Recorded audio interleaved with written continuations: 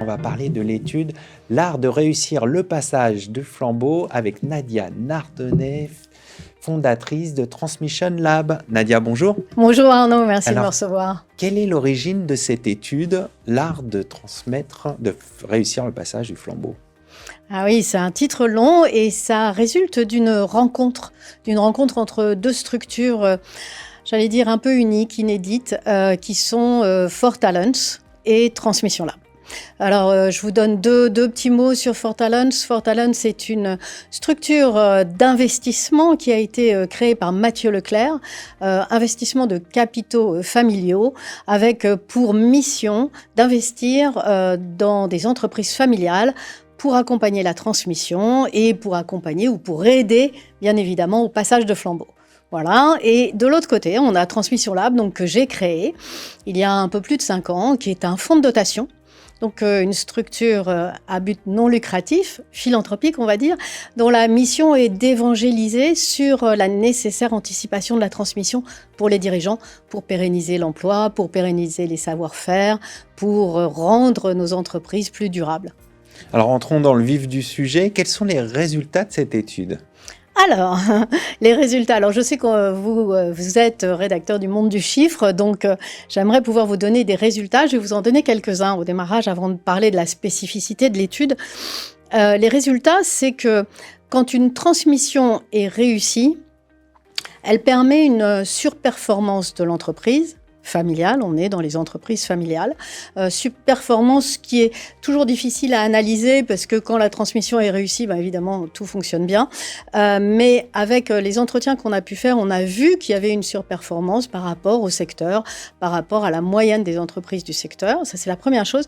Et la deuxième chose qu'on a essayé de mesurer, c'est la satisfaction des parties prenantes. Vous savez qu'aujourd'hui, c'est très à la mode, les parties prenantes, de savoir si elles sont toutes heureuses, si elles vont bien. Et en l'occurrence, ça donne effectivement quand une transmission est réussie, et vous allez me demander qu'est-ce qu'une transmission réussie, mais je vous répondrai après. Quand une transmission est réussie, on s'aperçoit qu'effectivement, il y a un bien-être général sur les parties prenantes que sont les actionnaires. Donc, dans le cas d'une entreprise familiale, la famille, les dirigeants, et l'écosystème, donc fournisseurs, clients et l'ensemble du secteur. Donc ça, c'est nos résultats. Et la spécificité, si je peux me permettre, de l'étude, c'est qu'on a travaillé sur les postures. C'est-à-dire comment on fait et qu'est-ce que ça veut dire une transmission réussie. Alors, moi, justement, quelles sont les conditions pour réussir sa transmission ? Exactement. Et en réalité, c'est des conditions, je ne sais pas si on appelle ça des conditions. Nous, ce qu'on a travaillé, et ce qui était très nouveau dans l'étude, c'est qu'on a travaillé les postures. Et les postures tant du transmetteur que celles du successeur. Et l'interaction qu'il peut y avoir entre ces deux postures qui génère ou pas une transmission réussie.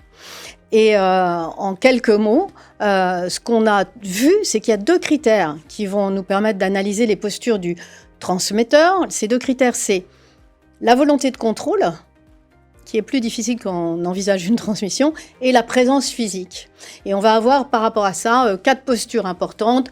Une posture bienveillante, une posture autoritaire, une posture passive ou une posture un peu ambivalente, qui est la plus complexe à analyser. Et en l'occurrence, ces postures du transmetteur font face ou vont interagir avec celles du successeur, qui lui peut être soit très déterminé à reprendre, avec une envie, avec une assurance, avec une légitimité très forte, et auquel cas, il peut y avoir des choses qui se passent très bien dans le cas d'une posture bienveillante ou très difficilement dans le cas d'une posture autoritaire, ou des repreneurs ou successeurs qui seront plus en dessous, qui auront plus un rôle de suiveur, qui seront moins en frontal par rapport à la transmission.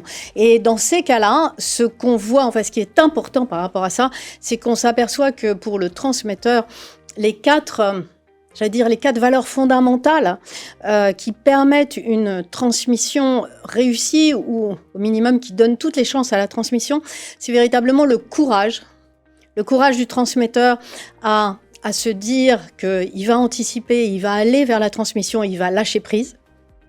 Et c'est absolument important.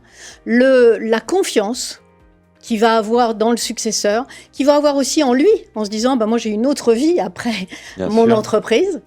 Le respect le respect du successeur, pouvoir lui lâcher prise et lui donner les rênes. Et puis enfin, l'humilité. L'humilité de dire, j'ai fait quelque chose, mais il y a sûrement autre chose qui est envisageable et je laisse faire. Donc en fait, c'est super important. 4 valeurs et des bonnes pratiques peut-être pour réussir cette transmission. Oui, des bonnes pratiques sûrement. Qu'est-ce que je peux dire? Pour le transmetteur, je dirais que ce qui est important, c'est de dire, même, j'allais dire, d'écrire ce qu'on va faire et quand on va le faire. Et puis de s'y tenir, c'est fondamental. Et puis après, d'accepter ce lâcher-prise et d'accepter que c'est un autre projet qui va démarrer.